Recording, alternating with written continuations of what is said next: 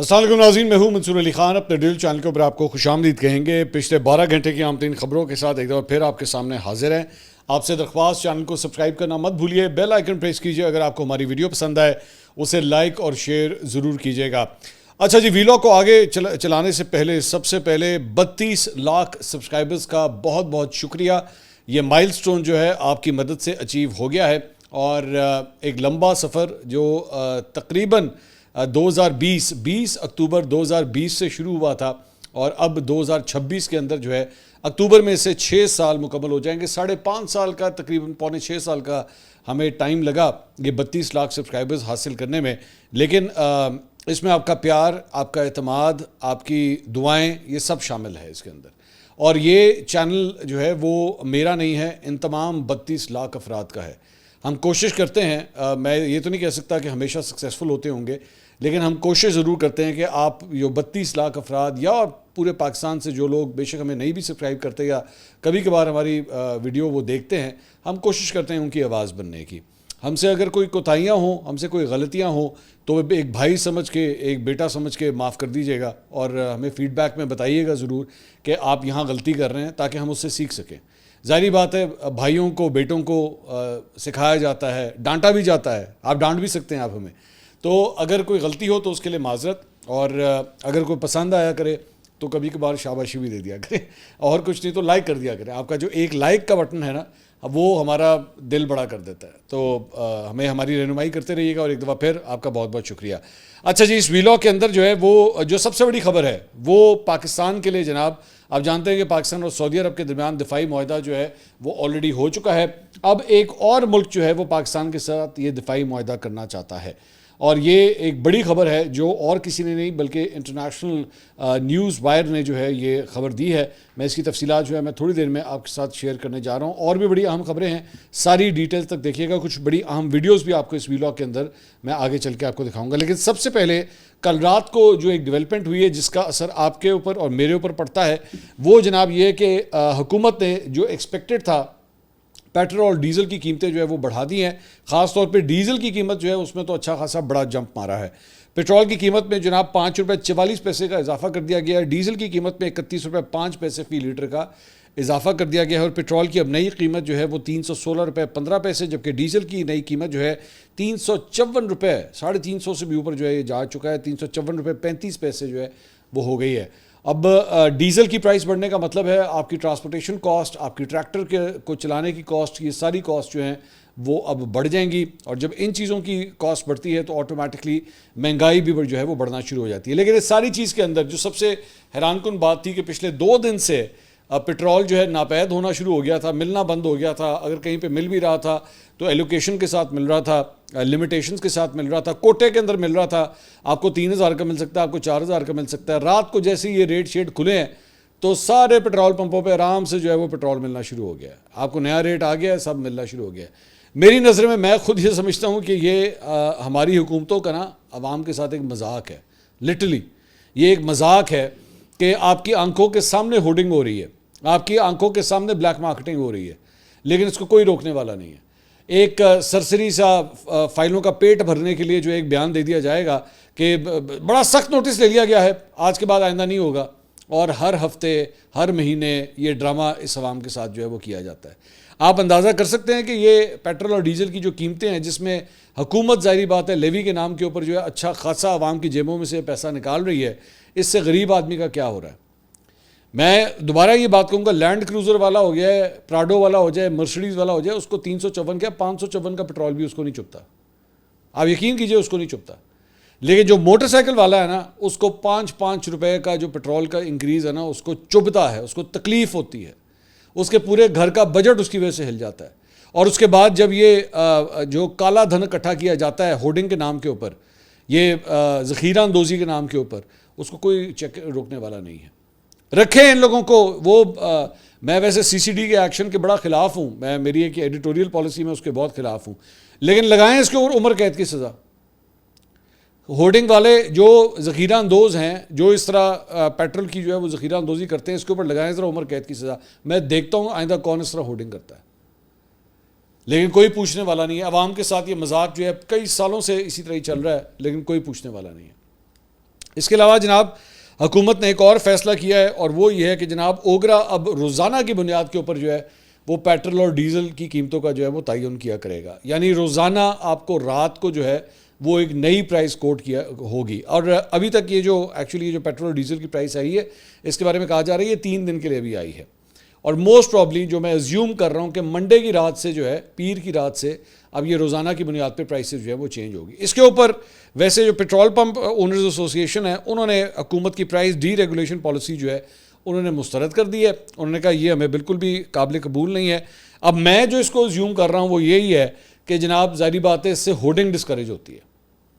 ज़ाहिर बात है जब आप अब पेट्रोल की प्राइस जो है अब वो उसमें क्या होगा, इंटरनेशनल प्राइसेस जो थोड़ा बहुत फ्लक्चुएट करेंगी, रोज़ का 2 रुपये 4 रुपये ऊपर होगा नीचे होगा ऊपर होगा नीचे होगा, होर्डिंग करने का फ़ायदा है कोई नहीं। क्या करेंगे होर्डिंग करके? मज़ा तो तब आता है ना जिस तरह अब ये डीजल के अंदर टक करके 30 रुपये प्राइस बढ़ी है। अब आप अंदाज़ा करें, इसको मल्टीप्लिकेशन करना शुरू करें कि किसी के पास 5,000 लीटर 10,000 लीटर अगर उसने होर्डिंग करके रखा हुआ वो किधर से किधर चलेगी कहानी।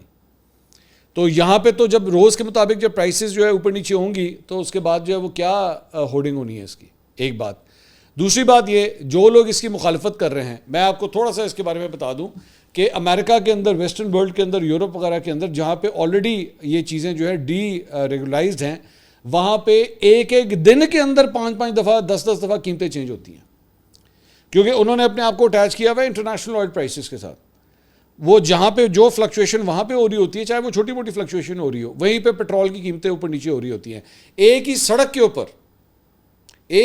के ऊपर अगर 4 पेट्रोल पंप है, आपको चारों पेट्रोल पंप से मुख्तलिफ रेट मिलेगा क्योंकि वो आपस में कम्पीट कर रहे होते हैं, ज़्यादा से ज़्यादा गाहक हासिल करने की खातिर ना आपस में कम्पीट कर रहे होते हैं, प्राइस लॉक नहीं हुई होती। लेकिन फिर यहीं पर जो 2 नंबरियाँ होती हैं वो होती हैं जरा पेट्रोल पंप मालिकान जिन्होंने रिमोट कंट्रोल फिट किए हैं। आप उनको कहेंगे जनाब 100 रुपये का डाल दो तो पता लगता है पेट्रोल 90 रुपये का डला हुआ है। वो 100 रुपये पूरा लीटर पूरा ही नहीं होता उसके अंदर। डालें इसके ऊपर उम्र कैद की सज़ा लगाएं ज़रा इन लोगों को, इनको इंसान का बच्चा बना दें। उसके बाद मैं देखता हूँ कौन सा रिमोट आप इसके ऊपर कड़ी से कड़ी सज़ा रखें क्योंकि ये तो फ्रॉड है। ये फ्रॉड होता है लोगों के साथ। जो आप जितने पैसे आप पेट्रोल के ले रहे हैं उतने पैसे आप उतना पेट्रोल ही ना भरे गाड़ी के अंदर।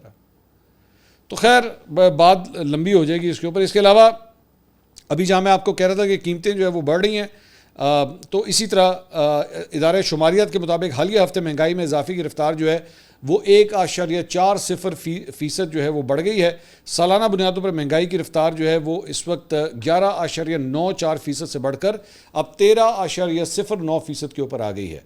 13% इन्फ्लेशन रेट जो है वो बन चुका है। अब इसका मतलब है कि आपके इंटरेस्ट रेट्स जो हैं वो भी बढ़ना शुरू हो जाएंगे क्योंकि उसको काउंटर करने के लिए, इस इन्फ्लेशन को काउंटर करने के लिए आपको इंटरेस्ट रेट बढ़ाने पड़ेंगे। इसके अलावा कुछ दीगर खबरें भी जो है शामिल करेंगे और ख़ास तौर पे पाकिस्तान से रिलेटेड मैं ख़बर जो है वो आपके साथ शामिल करना चाहूँगा।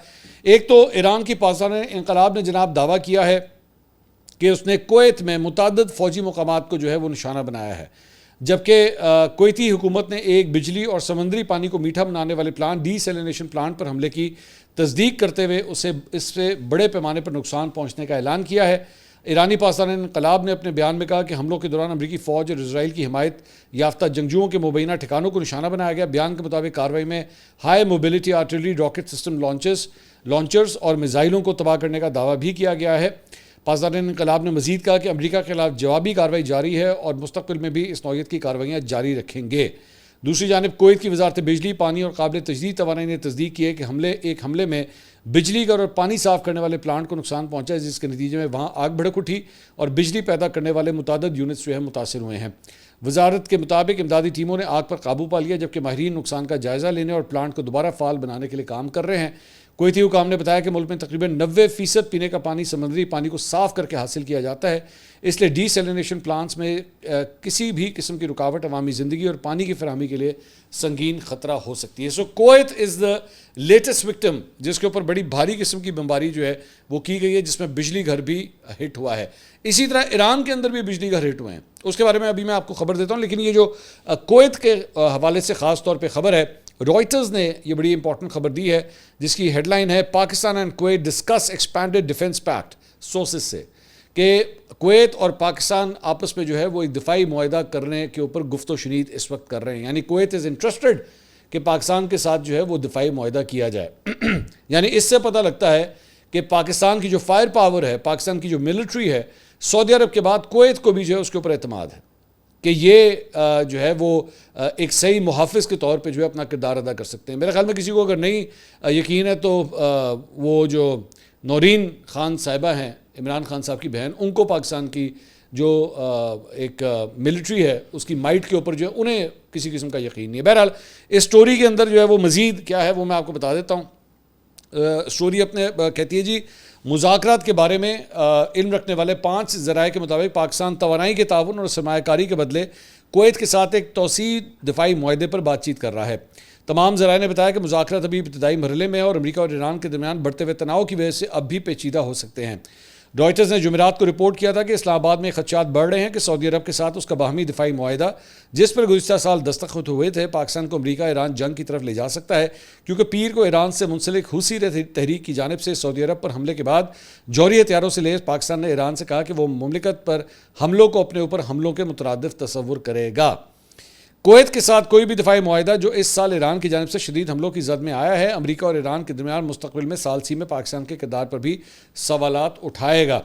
कुवैत ने 2023 से तरबियत और मुश्तरका मुश्कों के लिए पाकिस्तान के साथ महदूद दिफाई मुआहदा किया है। एक पाकिस्तानी सरकारी एहलकार ने बताया कि वो कुवैत ऐसे मुआहदे की कोशिश कर रहा है जिसमें इस्लामाबाद की तरफ, ये बड़ी गौर से सुनिएगा, कि कुवैत ऐसे मुआहदे की कोशिश कर रहा है जिसमें इस्लामाबाद की तरफ से ताकत का मुजाहरा वैसा हो जो सऊदी अरब के साथ पाकिस्तान के मुआहदे की तरह है, जिसमें ज़मीन पर हज़ारों पाकिस्तानी फ़ौजी, लड़ाका तैयारे, ड्रोन, फ़िज़ाई दिफाई निज़ाम और दीगर दिफाई सहूलियात जो है वो शामिल है। यानी वो चाहते हैं, अगर मैं इसको दूसरे अल्फाज में कहूँ, कि पाकिस्तान की एक मिलिट्री बेस वहाँ पे बननी चाहिए, पाकिस्तान की एक एयर बेस या मिलिट्री बेस जो है वहाँ पे बननी चाहिए, जहाँ पे पाकिस्तान की जो कंपनीज हैं, बटालियंस जो हैं, वो वहाँ पे तैनात की जाएँ, कुवैत के अंदर तैनात की जाएँ।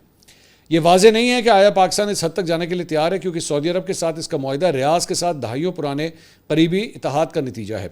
बातचीत के बारे में मालूमात रखने वाले एक पाकिस्तानी सिक्योरिटी एहलकार ने कहा कि कुवैत की ख्वाहिश की फहरिस्त में सब कुछ शामिल है, लेकिन मुझे एक चीज़ के बारे में वाज़े करने दो, हम इस मरहले पर कॉम्बैट ट्रूप्स की तैनाती पर गौर नहीं कर रहे और ना कर सकते हैं। मशरिक़ वस्ता के एक ज़रिए ने इस बात की तस्दीक की कि कुवैत पाकिस्तान के साथ बातचीत कर रहा है बशमूल दिफाई ख़रीदारी के बारे में, लेकिन यह वाज़े नहीं है कि यह एक तरह का दिफाई मुआहदा होगा। पाकिस्तान के मिलिट्री मीडिया विंग और कुवैत की वजारत इत्तलात ने तबसरा करने की दरख्वास्तों का जवाब नहीं दिया। ISPR की बात करें कि उन्होंने इस पॉइंट के ऊपर जो है, इस नुक्ते के ऊपर जवाब नहीं है। लेकिन ये रॉयटर्स है भाई, रॉयटर्स बहुत कम इस तरह होता है कि उसकी खबरें जो हैं वो गलत हों। हुई हैं, मैं ये नहीं कहता कि नहीं हुई हैं, लेकिन बहुत कम होता है कि उसकी खबरें जो हैं वो गलत हों। वो पाकिस्तान के हवाले से एक बड़ी डेवलपमेंट है ये, कि एक और मुस्लिम मुल्क भी जो है वो पाकिस्तान के साथ ये दिफाई मुआहदा करना चाहता है।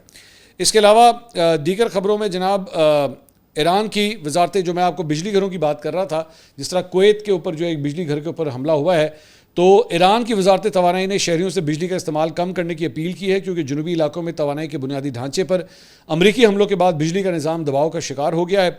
वजारत तवानाई ने जुम्मे को जारी बयान में कहा कि अवाम बिजली के ज़्यादा इस्तेमाल के औकात में एयर कंडीशनर्स बंद रखें। इस इकदाम से जनूबी सूबों में बिजली की फराहमी यकीनी बनाने में मदद मिलेगी, जहाँ इस वक्त शदीद गर्मी के साथ साथ बिजली की तनसीबात पर हमलों का भी सामना है। इवन दो मतलब यहाँ पे ईरान के भी बिजली घरों के ऊपर जो है वो अमेरिका ने अटैक्स किए हैं। साथ ही साथ कई ब्रिजेस भी जो हैं वो ईरान के अंदर जो है उनको नुकसान पहुँचा है। ये मुख्तलिफ तस्वीर और वीडियोज़ भी आप स्क्रीन पे देख रहे हैं, जहाँ पे ईरान के इन ब्रिजेस को जो है ख़ास तौर पे अमेरिका ने हिट किया है। तो लेकिन हमारे पास ये इतलात हैं कि जिन ब्रिजेस को एक्चुअली हिट किया गया है, ईरान ने उसके मुतबादिल रास्ते भी जो है वो फ़ौरन बना लिए हैं। 13-14 कोई ऐसे ब्रिजेस हैं जिनको एक्चुअली अमेरिका की जानिब से हिट किया गया है, लेकिन उसके मुतबादिल रूट्स जो हैं वो बना लिए गए हैं। इसके साथ साथ एक और वीडियो भी जो है वो इनकी जानिब से Islamic Republic of Iran broadcasting ने ये वीडियो जो है वो शेयर की है, जिसमें उन्होंने कहा है कि ये कुवैत की जानिब से जो है वो ईरान की तरफ US surface to surface missile जो हैं वो दागे जा रहे हैं। और इसकी छोटी सी फुटेज जो है वो सामने दूर से देखी जा सकती है कि एक मिसाइल जो है वो फ़िज़ा में उड़ता हुआ जा रहा है और ईरान की तरफ जो है वो इसका रुख है। इसके अलावा अमेरिका ने ईरान पर फ़िज़ाई हमलों का सिलसिला मुसलसल छठे रोज़ भी जारी रखा और मुतादिद शहरी तनसीबात को निशाना बनाया गया। अमरीकी हमलों में चाबहार बंदरगाह का मैरीटाइम वॉच टावर मुकम्मल तौर पर तबाह हो गया। ये जो आप स्क्रीन के ऊपर इस वक्त ये वॉच टावर देख रहे हैं, इसके बारे में कहा जाता था कि ये जो वॉच टावर है, ये इसके ज़रिए आपने हुर्मुज़ के या जो साहिली पट्टी है इससे जो है वो इस वॉच टावर जो होते हैं बड़े ऊंचे होते हैं, और वहाँ से जो है बेसिकली जो मुख्तलिफ वेसल्स वहाँ से ट्रेवल करते थे, और जो IRGC की बात नहीं मानते थे, पासार इनकलाब की बात नहीं मानते थे, उनको टारगेट किया जाता। तो अमेरिका ने इस वॉच टावर को जो है वो तबाह कर दिया है। और बताया गया है कि चाबहार नेवल वॉच टावर पर हमले में किसी जानी नुकसान की इतला नहीं मिली। अलबत्ता मुल्क के दीगर मुकामात पर हमलों में 8 अफराद जाँ बहक और 20 से ज़ायद जो हैं वो ज़ख्मी हुए। हमले के बाद तकनीकी और ऑपरेशनल टीमों ने बंदरगाह की सरगर्मियों की बहाली के लिए सूरत हाल का जायज़ा लेना शुरू कर दिया, ताकि तजारती और बहरी सरगर्मियाँ जल्द अज जल्द मामूल पर लाई जा सकें। इसके अलावा जनाब अमरीका और चाइना जो है वो आमने सामने आके खड़े हो गए हैं, और इसकी वजह यह है कि डोनाल्ड ट्रंप ने एक नया पंडोरा बॉक्स खोल दिया है। अमरीकी कौम से उन्होंने खिताब किया, और इस खिताब में चीन के ऊपर जो है उन्होंने इल्ज़ामात की बारिश कर दी। ज़हन में रखिएगा, अभी चंद हफ्ते या महीने पहले जो है वो इन्होंने डोनाल्ड ट्रंप ने अभी चीन का दौरा किया था, और अब चीन के ख़िलाफ़ जो है वो पूरा एक महाज खोल दिया है। उन्होंने कहा कि अपनी जो कौम से खिताब में डोनाल्ड ट्रंप ने कहा कि जी चीन चाहता था कि ट्रंप सदारती इलेक्शन हार जाएं। उसने अमरीकी अवाम में उनके बारे में मनफी तासुर पैदा करने की कोशिश की। ट्रंप ने दावा किया कि चीन ने 2020 के इलेक्शन में अमरीकी वोटर्स की 22 करोड़ फाइलें हासिल की। वो अमरीका के इंतखाबात में मुसलसल मुदाखलत और इलेक्शन डेटा हैक करने की कोशिश कर रहा है। ट्रंप ने कहा कि इस मालूमात में नाम, फ़ोन नंबर्स, सियासी जमातों से वाबस्तगी और दीगर हसास डेटा शामिल है, जो वोटर रजिस्ट्रेशन और दीगर गैर कानूनी सरगर्मियों के लिए इस्तेमाल किया जा सकता है। ट्रंप ने का कहना था कि आज जारी की गई दस्तावेज़ात जो सरकारी वेबसाइट पर दस्तियाब हैं, चीन की जानिब से 2020 के सदारती इंतखाबात को कमज़ोर करने की कोशिश से मुतालिक मालूमात को जानबूझ कर दबाने और कम अहम ज़ाहिर करने की डीप स्टेट की कोशिशों को जाहिर करती है। ट्रंप ने इल्ज़ाम आयद किया कि इंटेलिजेंस कम्यूनिटी के अरकान ने इस मामले को सदर और अमरीकी अवाम दोनों से छुपाया, जिसका किसी ने तस्वुर भी नहीं किया था। तो डायरेक्ट डोनाल्ड ट्रंप ने जो है वो चीन को तनकीद का निशाना बनाया है। दूसरी जानिब चीन ने अमरीकी इंतखाबात में मुदाखलत से मुतालिक ट्रंप के इल्ज़ामात को मुस्तरद कर दिया है। चीनी वज़ारत ख़ारजा के तर्जुमान ने जुम्मे को एक मामूल की ब्रीफिंग में कहा कि बीजिंग को अमरीकी इंतखाबात में मुदाखलत करने में कोई दिलचस्पी नहीं, और चीन ने कभी ऐसा नहीं किया। उन्होंने कहा कि हम अमरीका पर जोर देते हैं कि वो खुद पर संजीदगी से नज़र डाले और चीन के खिलाफ बेबुनियाद इल्ज़ामात लगाना बंद करे। चीन ने कभी अमरीकी सदारती इंतखाबात में मुदाखलत नहीं की और ना ही कभी करेगा। इस किस्म के इल्ज़ामात बेबुनियाद हैं और चीन के खिलाफ सियासी मकासद के लिए इस्तेमाल किए जा रहे हैं। तो मतलब वो जो एक गुडी इफ़ेक्ट था चीन के साथ अगर ट्रंप की जानिब से, वो अब आप कह सकते हैं कि बिल्कुल ख़त्म होकर रह गया है। इसके अलावा पैसा किस तरह बनाया जा रहा है, ट्रंप इंतज़ामिया के ऊपर तो वैसे इल्ज़ामात लग रहे हैं कि जनाब इस जंग से जो है बड़ा पैसा बनाया है। तो वहीं पे वाइट हाउस के एक टेलीप्रॉम्प्टर ऑपरेटर, ये टेलीप्रॉम्प्टर होता है ना जो अक्सर औकात ख़बरें पढ़ने के लिए भी इस्तेमाल होता है, या हम जैसे एंकर्स भी उसको पढ़ते हैं, तो वहीं पे जो वज़ीर आज़म होते हैं, हमारे भी जो प्राइम मिनिस्टर हैं एक्चुअली, वो भी जब तकरीर कर रहे होते हैं, कौम से खिताब कर रहे हैं, तो प्रॉम्प्टर पढ़ रहे होते हैं। तो ट्रंप भी इस तरह जो है वो प्रॉम्प्टर के ज़रिए अपनी तकरीरें करते थे। तो वाइट हाउस का जो टेलीप्रॉम्प्टर ऑपरेटर है, उस पर अमरीकी सदर डोनाल्ड ट्रंप की तकारीर से मुबैना फ़ायदा कमाने का इल्ज़ाम जो है वो सामने आया है। अमरीकी सदर की सरकारी रिहाइश का और ऑफिस वाइट हाउस के टेलीप्रॉम्प्टर ऑपरेटर पर इल्ज़ाम है कि उन्होंने ट्रंप की तकारीर में इस्तेमाल होने वाले मखसूस अल्फाज पर शर्तें लगाकर तकरीबन $1 लाख कमाए। वो होता क्या था, बेसिकली होता ये था कि ज़ाहिर बात है तकरीर जो भी ट्रंप ने करनी होती थी वो टेलीप्रॉम्प्टर ऑपरेटर के पास तो पहले आती थी, वो यूं करके पढ़ता था और उसको पता लग जाता था जनाब ट्रंप जो है वो अपनी तकरीर में क्या करने लगे।